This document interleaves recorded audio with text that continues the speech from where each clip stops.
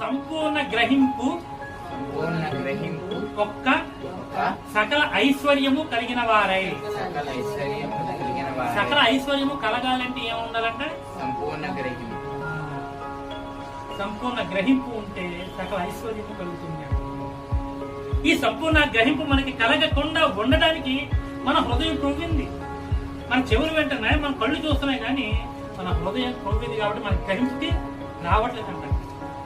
దేవుడు యెషయా గ్రంథంలోను, ఇర్మీయా గ్రంథంలోను, మత్తయి సువార్తల్లోను, రోమా పత్రికలోను, హెబ్రీ పత్రికలోను ఇదే మాట తరచుగా చెప్పి అడుగుతారు. మీరు ఎందుకు పరలోక రాజ్యం చేరలేకపోతున్నారో తెలుసా? మీ హృదయం క్రొవ్వింది. మీ హృదయం క్రొవ్వింది, మీ చెవులు వింటున్నాయి, మీ కళ్ళు చూస్తున్నాయి. చర్చికి 1000 కాదు 10,000 మందికి 1,00,000 మంది వచ్చినా అందులో ఎంతమంది గ్రహింపు కలిగి ఉన్నారో వాళ్ళే దేవునికి ఎంత దీవించబడ్డారు.